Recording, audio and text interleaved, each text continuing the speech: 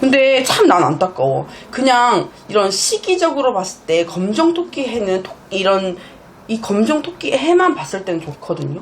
내년에 23년은 모두에게 기회가 될 수 있는 해야. 원래는. 근데 이제 나라적으로 너무 시끄럽잖아요. 네. 사건 사고가 너무 많잖아. 근데 나는 내년에 이게 좀 이어질 거라고 보여져요.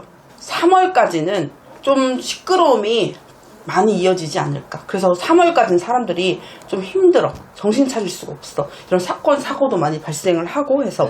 그럼 지금 큰 사고들이 많았잖아요. 그럼 그렇죠. 3월까지 또 다른 사고가 또 있을 수도 있다는. 그쵸. 저는 그렇게 보여져요. 뭐 예를 들어 붕괴되든지 무너지든지 뭐 터널이 무너지든지 이렇게 뭔가 건물이 무너지든지 약간 이렇게 무너지는 게 많이 보이더라고요.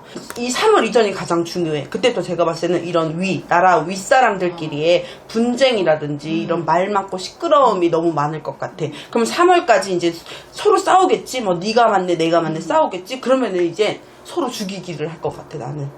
그래서 막 우리가 아는 유명한 사람들이 구속된다든지 뭐 나락으로 떨어진다든지.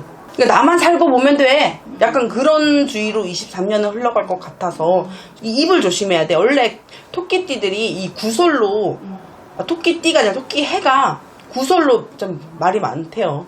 그러니까는 좀 조심을 하셔야 될 것 같습니다. 근데 큰 사고는 있을 것 같아요. 저도 어쩔 수 없어. 약간 인적 재해라고 하죠.